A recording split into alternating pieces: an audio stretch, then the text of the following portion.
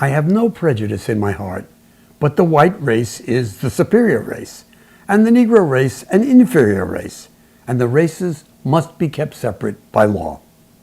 I think that white people are committed to being villains in the aggregate, right? Like, I mean, I just feel like that's why I think there's no solution because we're mismatched. We're not supposed to be in this place.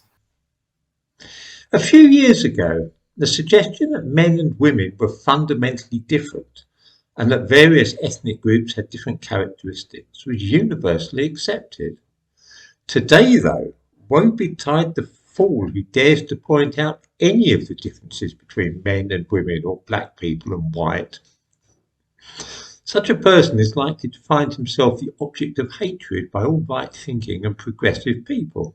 The thing I want to say to you is we got to take these motherfuckers out. But I know, but like, we can't say that, right? We can't say, like, I don't believe in a project of violence. I truly don't. Because I think in the end that our souls suffer from that. And I do think that some of this is a spiritual condition. So here is where I land most days about white people.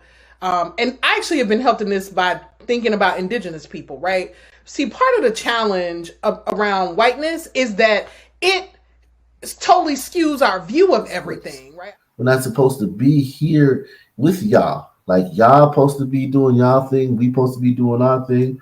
The Umbritos supposed to be doing their thing over there in North America. Like we didn't even know they was over there. The East Asians supposed to be doing their thing over there. The goddamn Melanesians supposed to be doing their thing down in Papua New Guinea and all that shit. And everybody's just supposed to be doing their thing. And now we're all forced into one world together, but the framework of that world was built by Europeans. And now it's like everybody, we're not even, what are we doing here? We used to be in little groups, beefing with each other, killing each other, doing a little raiding each other for slaves, doing this stuff and yada, yada, yada. Little tiny groups too.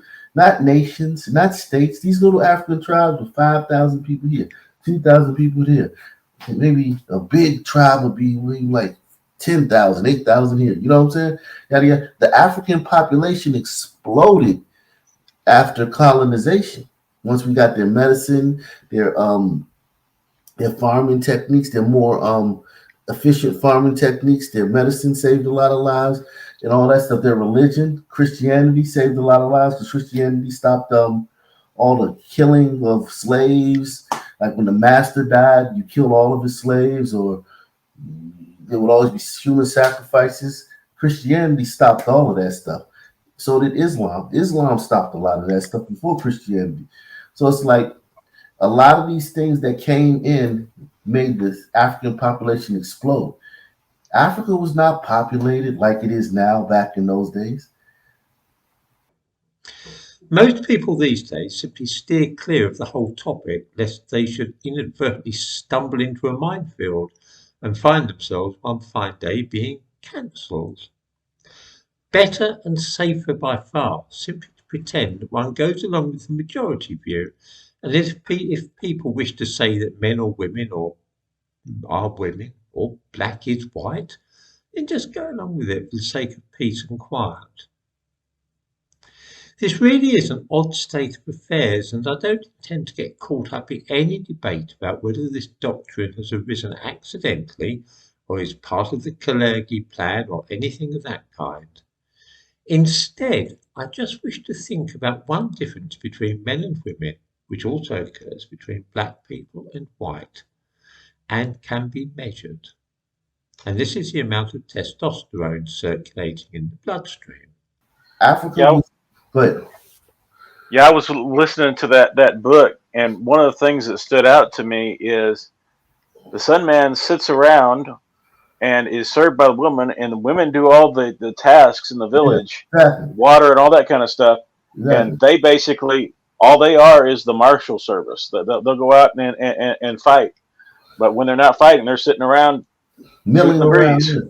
The women in those African cultures, the women, even till today, the ones that are still at that level, that haven't advanced, the women do everything. Like I'm talking about, they carry these big pails of water on their heads.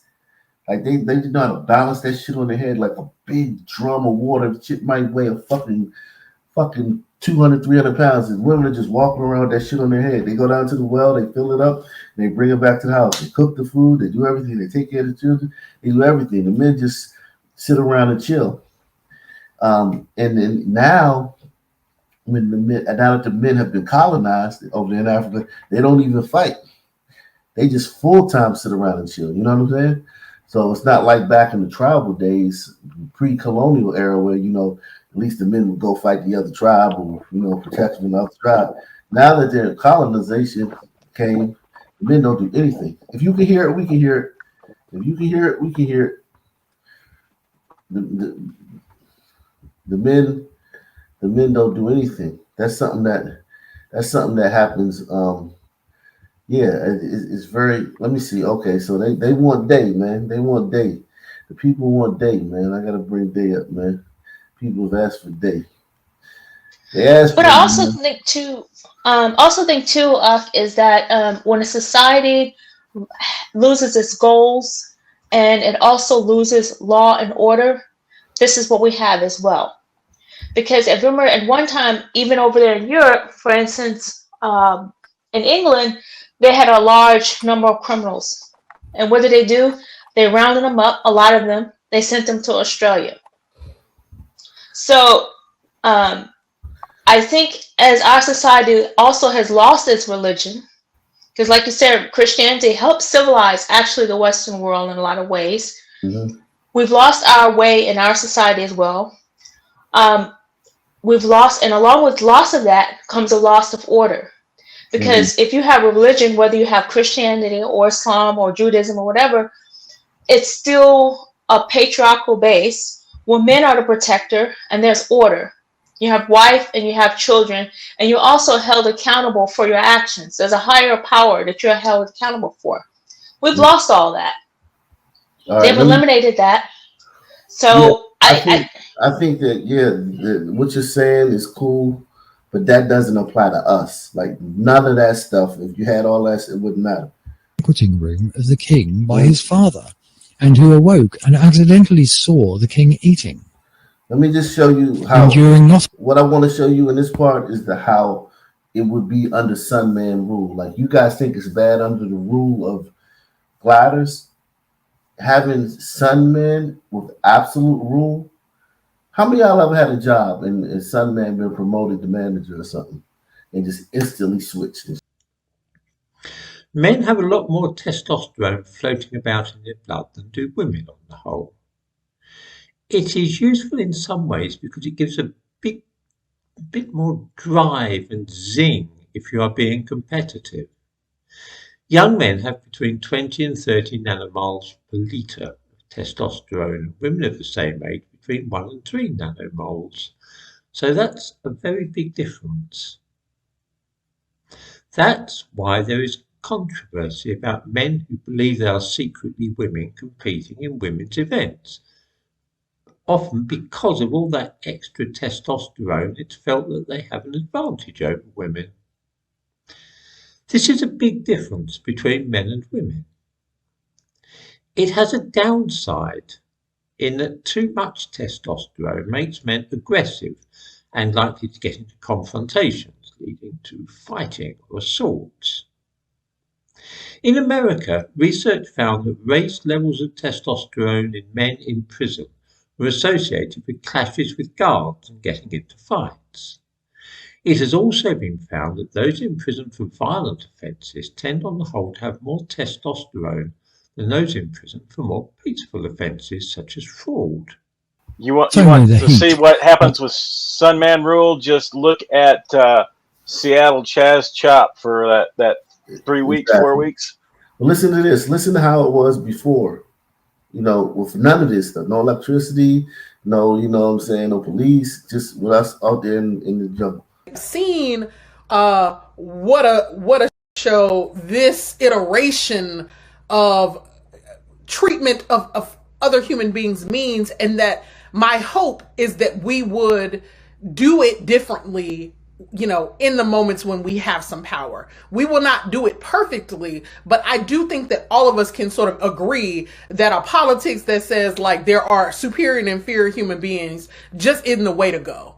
And that's the thing that white people don't trust us to do, because they are so corrupt.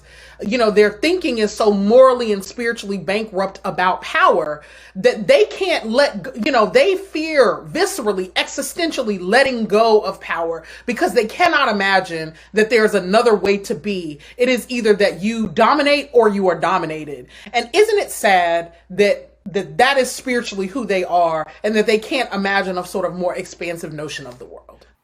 They have also one cut on the forehead in the centre, 6 on each arm, 6 on each leg and thigh, inevitably relapse in the course of time into their former state. Bouchelot's Ashangoland, page 436.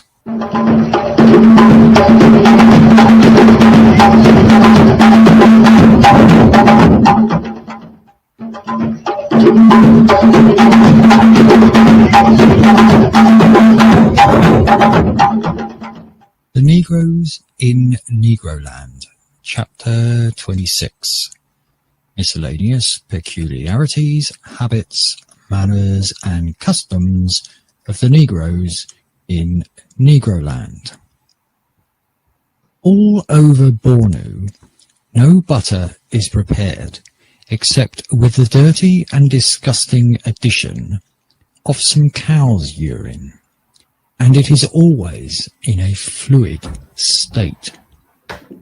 Baths, Africa, Volume 1, page 580. There are no ceremonies on birth occasions, and no purification of women among these people. When the mother perishes in childbirth, the parents claim a certain sum from the man that killed their daughter. Twins here, called wapacha, are usually sold or exposed in the jungle, as among the Ibos of West Africa. I don't think anyone's going to be particularly surprised to hear this. But this is where things get very interesting, because young black men have an average of 15% more free testosterone circulating in their bloodstream than young white men. One effect of this, of course, is to give African Americans the highest rates of cancer of the prostate in the world. Testosterone stimulates the growth of this kind of tumour. If the child die, an animal is killed for a general feast, and in some tribes the mother does a kind of penance. Seated outside the village, she is smeared with fat and flour and exposed to the derision of people who surround her, hooting and mocking with offensive jests and gestures. To guard against this calamity, the Wazaramo and other tribes are in the habit of vowing that the babe shall not be shaved till manhood, and the mother wears a number of talismans, bits of wood tied with a thong of snakeskin round her neck and beads of different shapes around her head. Burton's Africa. Now, that's if you have twins. There's a long-held African tradition, I guess, that twins were evil. So most twins, like you said, was put out into the woods to expose. So these are babies. So when the babies are born, they put them out in the woods and just let them die of exposure, because twins were seen as being evil. Now, how would they ever have stopped doing that without Islam or Christianity? That's the only thing that stopped them from doing that.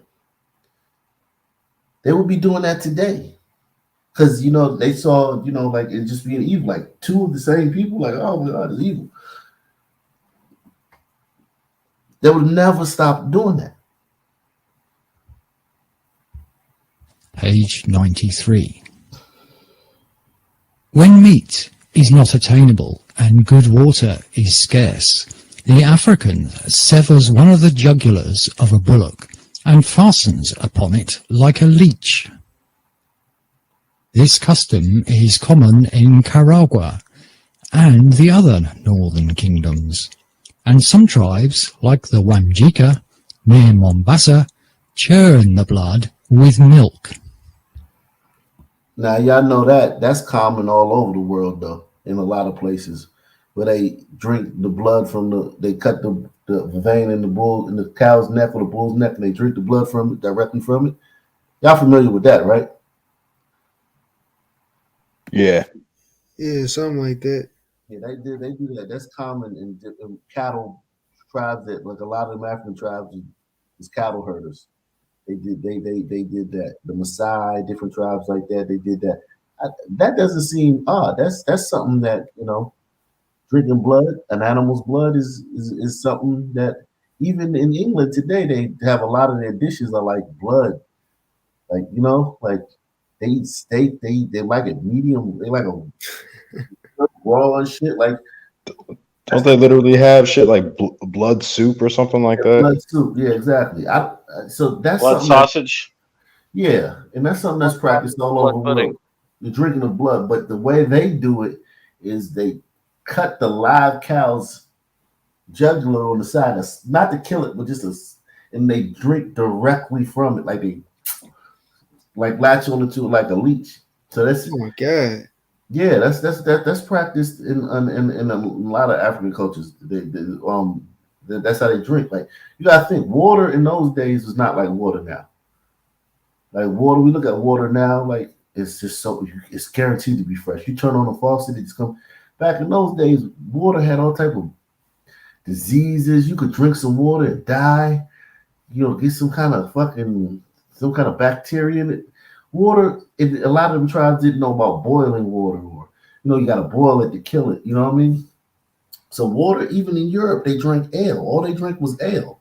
A lot of those European tribes in towns, all they drank was ale, fermented, because it would kill all the germs. They wouldn't just drink regular water out of the lake or out of the ocean or something like that. So that was very common in those days. I don't think that this one is something that is that strange considering what those people knew back then. All this was discovered many years ago, back in the 1980s, and then people quickly stopped talking about it. The reason was very simple. Black men have a reputation for being aggressive in day-to-day life and being confrontational with people whom they perceive to be authority figures. This idea has been circulating for a very long time, long before anybody knew about hormones, in fact. From the 1960s onwards, there was a concerted drive to challenge this idea and to claim that all observed differences in behaviour between black men and white men were due to environmental rather than genetic factors. All the thoughts of the Negroids are connected with this life. Ah, they exclaim, it is bad to die, to leave off eating and drinking, never to wear a fine cloth. As in the Negro race generally, their destructiveness is prominent. A slave never breaks a thing without an instinctive laugh of pleasure, and however carefully he may be of his own life, he does not value that of another, even of a relative, at the price of a goat.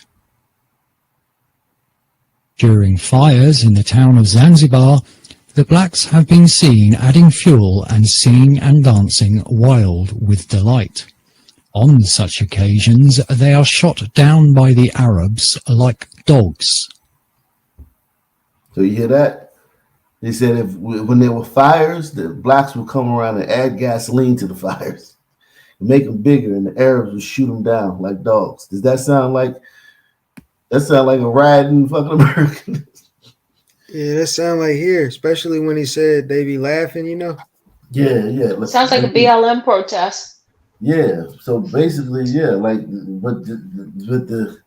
we just enjoy we enjoy rioting. That's something that just that's what we do. Like you see us doing now. Like we'll ride over the smallest thing. We look for reasons to engage in that because that's what we like doing. It's something that's in us. It's not something that you can fix. You know what I'm saying? Like we'll find a reason to get together and burn some shit down.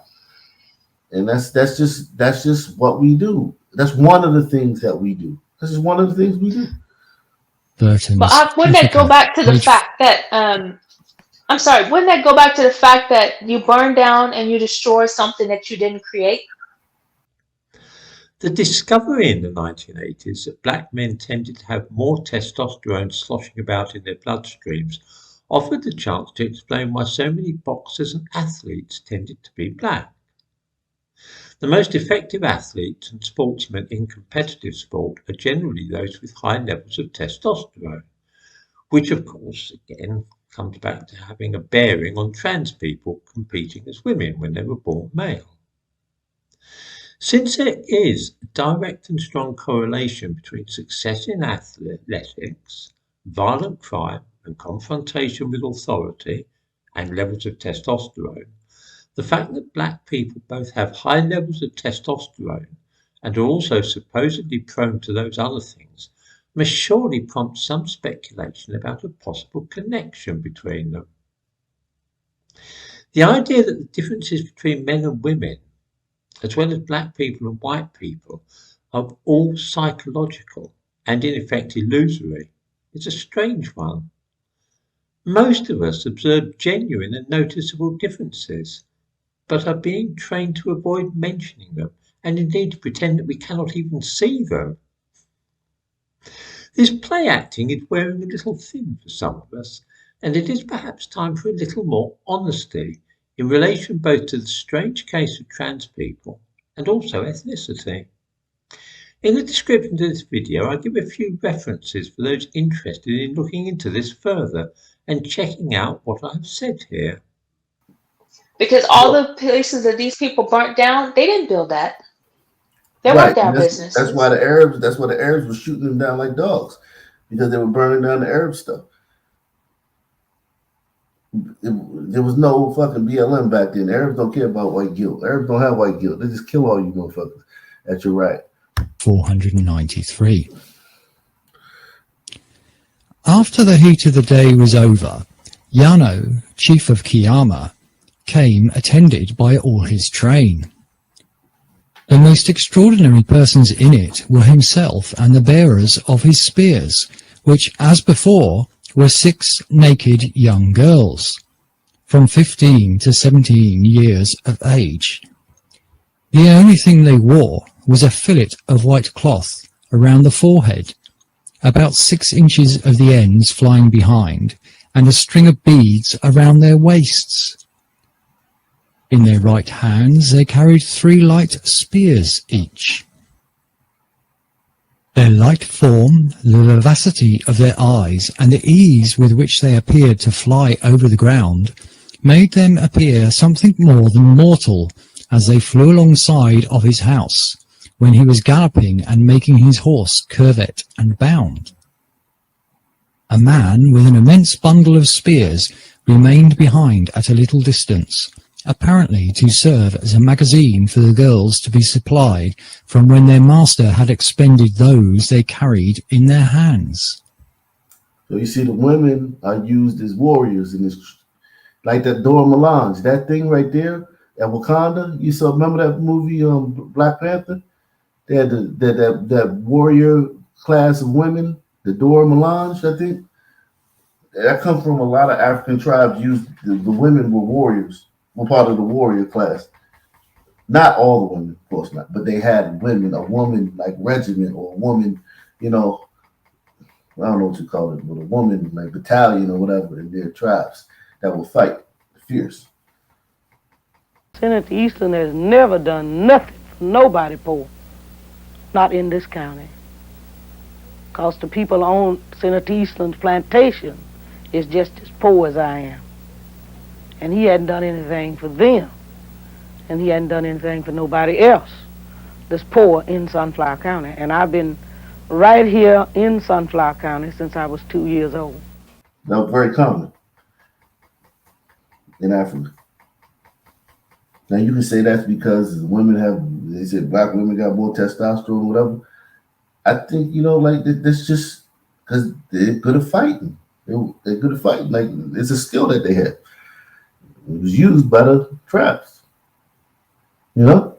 I don't think it's like nothing to do with culture. I think it's more just they're good at fighting. What do we see now? If I was to go on YouTube and type in girl fights, what percentage of them would be sisters?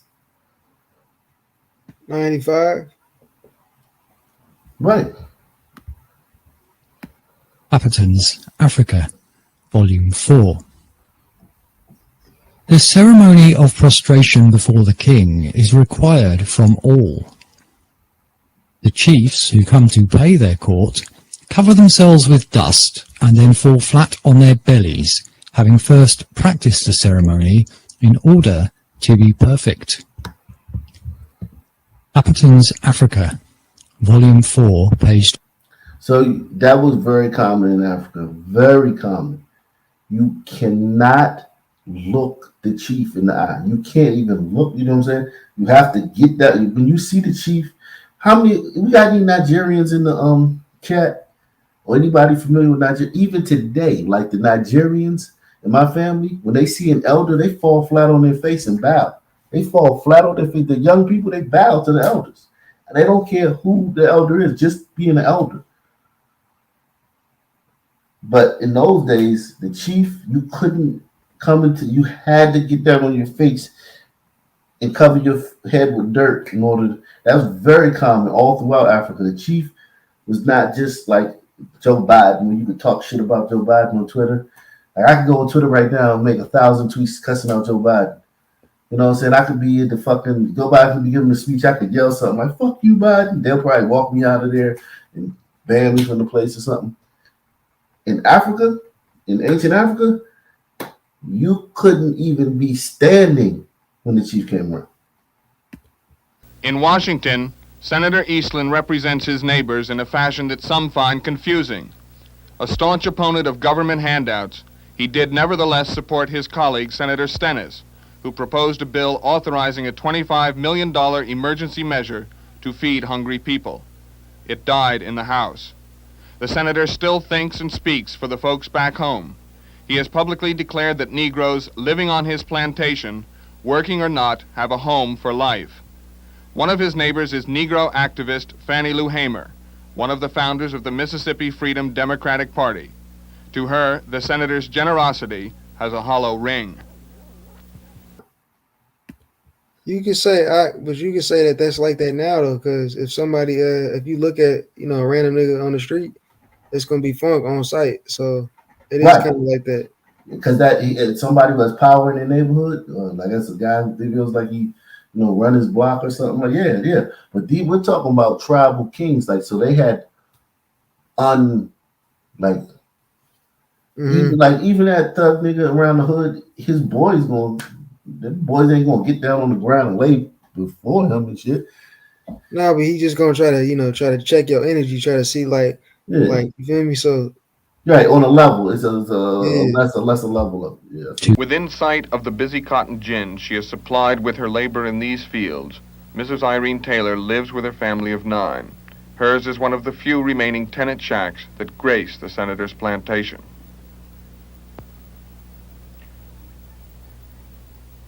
Well, I think he mighty nice about that because he told me to stay there as long as I want to stay in that house. I'm in. He said, as long as I live, as long as I want to stay in the house, I could stay there. And any kind of help that he said that if I need amongst my children kind of sickness, he'll help me sometimes. Some of Senator Eastland's tenants left the plantation to talk with reporter Nick Kotz. They came to talk about hunger, but water and electricity and the minimum necessities kept creeping into the conversation. In the society of indebtedness, the food bill is the last bill.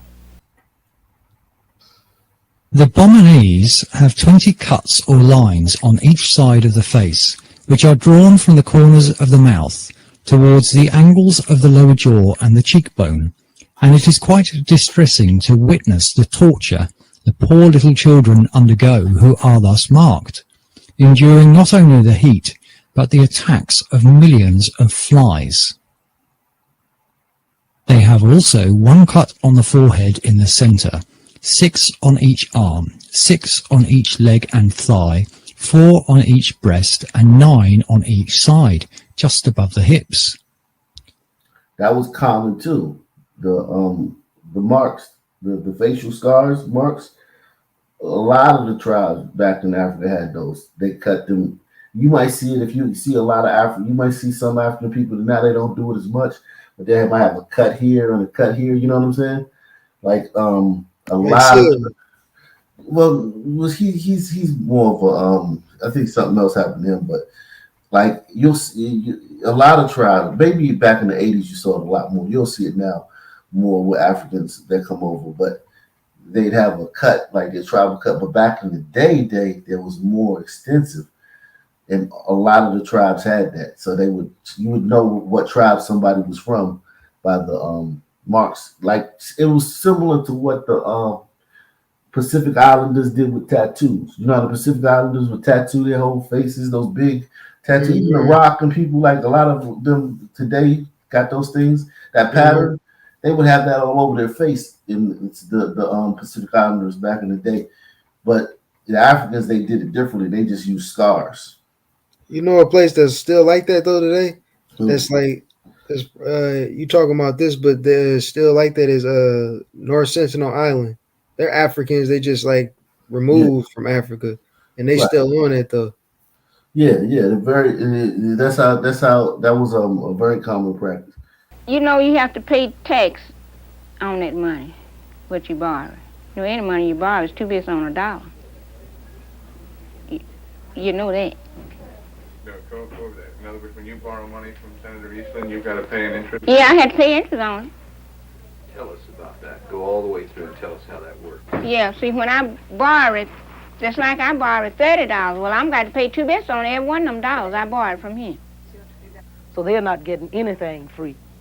If they loan them money, they might have to pay that double instead of just paying maybe 10% on the dollar. So they're not giving them anything. The elderly are at the bottom of the poverty class. Mr. Edwards here shares quarters with 2 people who are not even related to him. Medical expenses consume their meager incomes. For the old, food stamps are a distant dream. Food stamps, all right, if he's able to buy them. Of course, they say we'd have to pay $28, and they give us $22, which would make $50.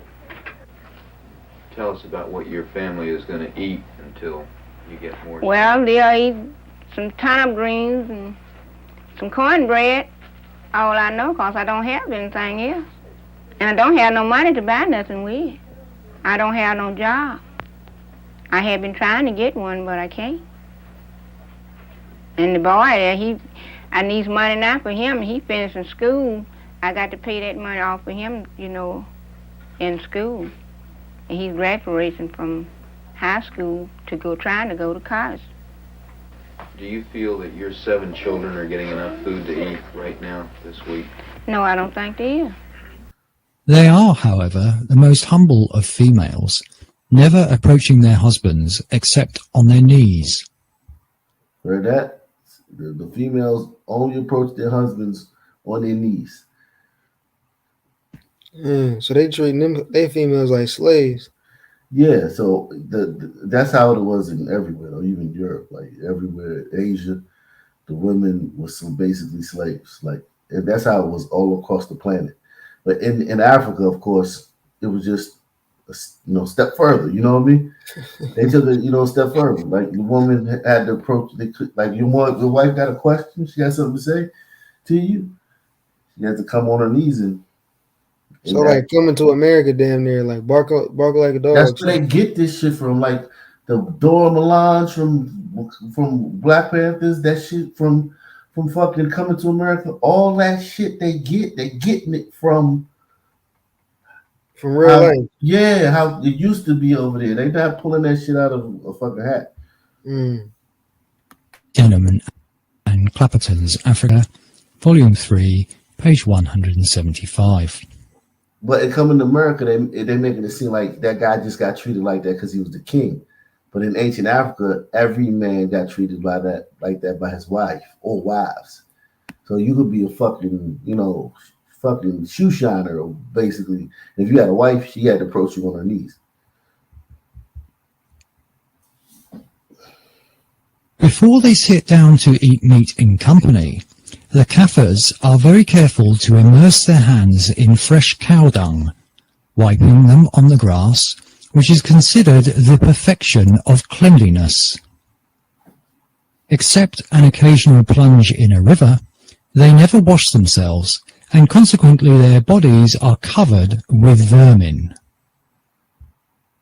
Okay? So that myth that all Africans, they taught Europe, because Europeans were very dirty. They lived in a state of filth during the Dark Ages, you know what I'm saying, too. But you ever hear like Hotep say, we taught them how to be clean, we civilized them. They talking about the Arabs. The Arabs did, but not us. Yeah, it wasn't us, it was the Arabs, yeah. Steedman's Africa, Volume 1, page 265. It is very common among the Hottentots to catch a serpent, squeeze out the poison from under his teeth, and drink it. They say it only makes them a little giddy, and they imagine it preserves them afterwards from receiving any injury from the sting of that reptile. You see, now that's a good thing, right? They inoculated themselves from snake bites. I forgot what they call that. By drinking, if they see a serpent, they just grab it and drink its venom. That's they had that technique before, you know what I'm saying? The white man even had that technique. Yeah, the venom doesn't harm you ingesting it, but it can give you, some immunity to a snake bite. Exactly. So they knew things. They had things. Now that white man probably seeing them do that is probably like, what the fuck? But they know what they doing. They know that if they know that, you drink some of that shit, if you ever get bit again, you won't fucking, your throat won't close up and you fucking choke to death. You know what I'm saying? Mm. So it's like they knew how to what's the word? Somebody give me the word for it. It's not inoculate, but the fuck is the word? Vaccinate. Nah, it's not vaccinate either. I forgot the word, but it's developing a tolerance, but I don't know what the term is. He can't choose the food if he doesn't have the money to buy the stamp. It would give him dignity if he had something he could do, and then had enough money that he could buy the stamps. But he can't hold up his head in dignity if he got to go up there and listen to people telling me, well, you better have some money, you better get you a job, because you won't get the stamp for $3 next month, because that's happening too. We find that a lot of poor people say they can't afford stamps. They don't realize they have been spending a lot more money for food than it would take them to get the food stamps. And it takes education to reach them, and then of course it takes nutrition education to teach them what to buy and when and how to prepare it so they'll get a maximum benefit from it. Charlie Edwards' generation may wonder at the ways of Washington, but it's too old to make any demands. But when Mr. Edwards looks at Doddsville through the eyes of his son returning from Vietnam, it's a different point of view. I think he ought to have some of what he needs. I think he ought to have a good home to live in. I think he ought to have bathrooms in his house. I think he ought to have everything that a poor man could have, especially when he went up against what's going on in Vietnam. So I think so myself if I had to go to Vietnam. I think if I went and took all the punishment and everything happened to me while I was in Vietnam, and then come back home and couldn't have a decent bed to lay down in and not a decent job, I don't think I'd feel like ever going back no more if it was for my country. I wouldn't feel like this for my country, not especially for my part of it, for me. I feel like it's for the other fellas did to me. When I think about that and how hungry people are in the South, then it makes me a little sick to say, how can they spend all that much money in another country and really not doing nothing at home? See, I think charity began at home and then spread abroad. Mississippi is a small state and a poor one. Federal funds and federal programs can help to change that. The food stamp plan was announced as a program to feed the hungry, but the people it has failed are those who have no money. Every evening as the federal workday ends, the men and women who read the reports from Doddsville head home for their dinner. The question of how to feed the hungry must still go with them. but they knew they knew what the fuck they were doing. You know what I'm saying? Yeah, supposedly I heard that that the West Africans that was brought, via slavery, that they created the vaccine for what was the thing that was killing all the Native Americans? What was it called? Smallpox. Oh, Yeah, yeah, small. that they created the thing, not like but just like off of what you're saying. Yeah, they They just knew created how to. something. Yeah, they knew how to. They just doing their old wives' tale shit. Like that's like an old wives' tale. Yeah, if you see a Yeah, snake, grab it, and then suck this venom, and yeah. then and yeah, so yeah. Campbell's Africa, page 401. As for the people of Namakwa, when their sons are declared to be men, they erect a shade, kill an animal, and tie its fat on his head and round his neck, which, according to custom, he must wear till it gradually rots and falls off. They likewise cut several strokes on his breast with a sharp instrument. The entrails of the animal, which was killed at the commencement of the ceremony, being dried and pounded into a powder, are now mixed with water, with which he is rubbed all over, and he is then declared to be a man in the presence of the whole kraal. He who does not submit to this ceremony eats only with women, and is despised. Campbell's Africa, page 430. A curious custom originating in the superstitious belief of the people of the Gold Coast prevails among them in reference to a girl after conception. As soon as it becomes generally apparent that she is with child, her friends and neighbours set upon her and drive her to the sea, pelting her with mud and covering her with dust. During this operation, they abuse her vehemently and conclude the ceremony. Anybody ever been to Carnival? Jamaican Carnival? That shit with the steel drums where they throw mud on each other and oil. You ever seen that?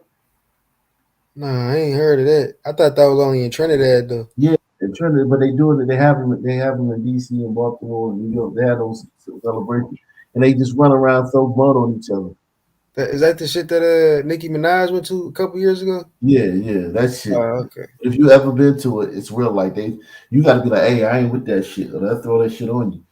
Like, yeah, they just run around throwing mud, but like it's just certain things we do that just are part of us. Man. By tumbling her over among the waves.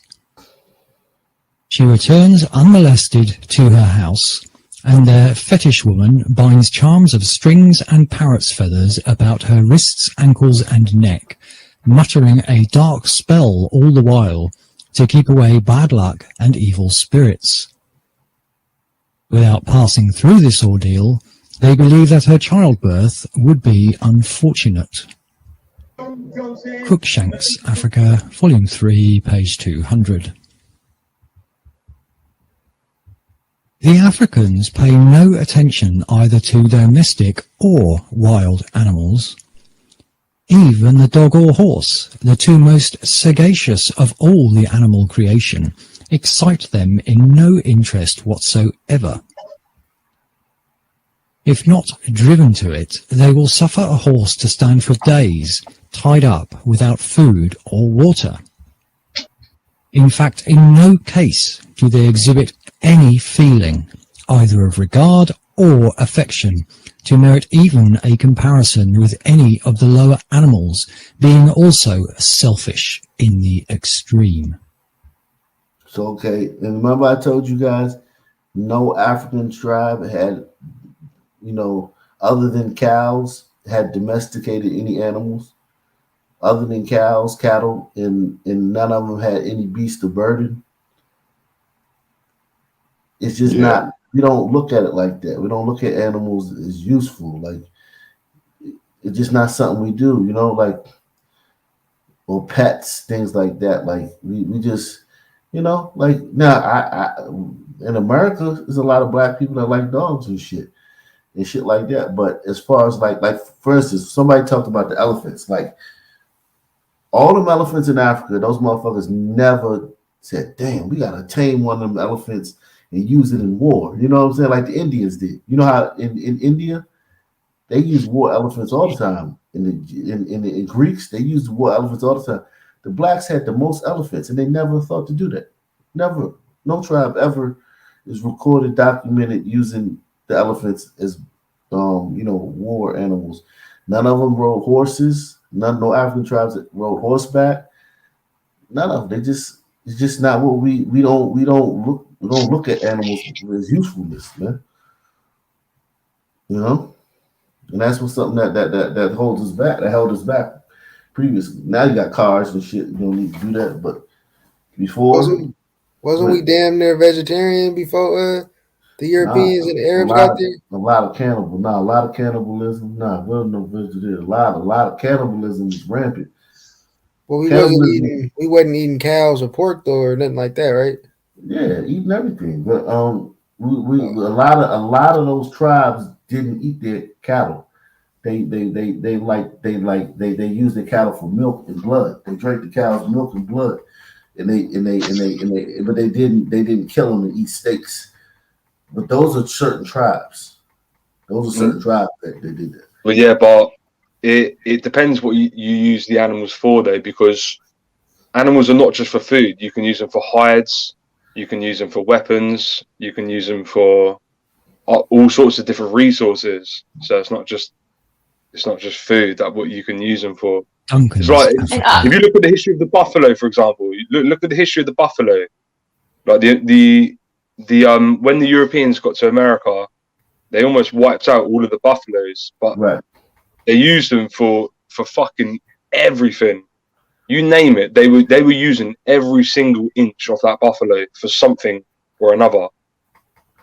They're using them. And I too just mentioning about the animals that you mentioned, that dispels the myth that the Egyptians were of African, total African, because if you go to Egypt and you look at the tombs and things, they had domesticated ox. They even worship cats and the dog Anubis, so they had domesticated that. The whole culture and that was ancient Egypt is totally different from sub-Saharan Africa. Well, you know what? The main thing that dispelled that rumor was the actual mummy. It's a skull. It's a body in there.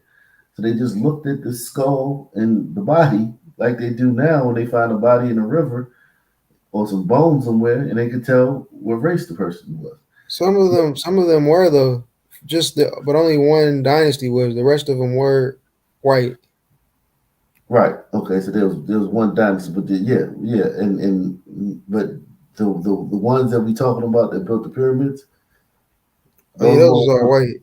Yeah, they got the and skull, also they got the bodies. And also, if you look at the pyramids, you can see how the ones that even that of the sub-Saharan African origin, they're painted different, and even they are in subservient positions. They're not of the ruling class; they're servants. Right, and but you got to understand too, like at those days, like if you're from Egypt, a lot of your economy is based on slavery of sub-Saharan Africans.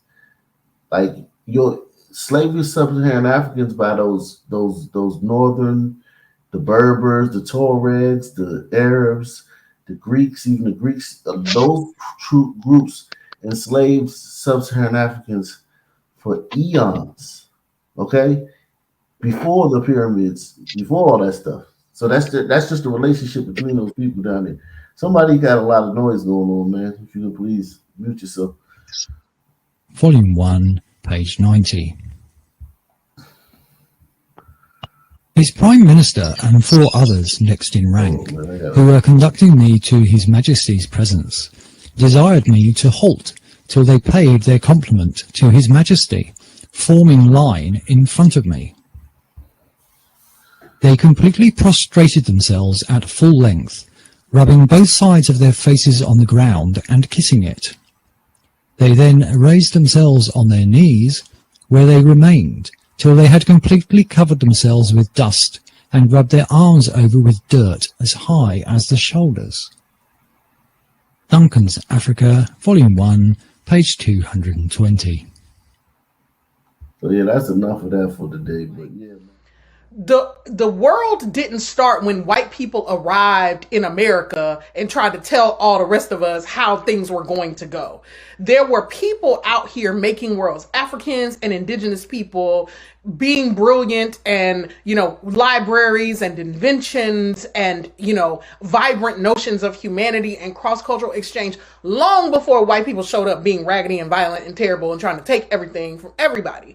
And that's really important, because if we believe that history starts for us when white people drag us to these shores, then we can never get outside of the notion that this is going to be our existential struggle.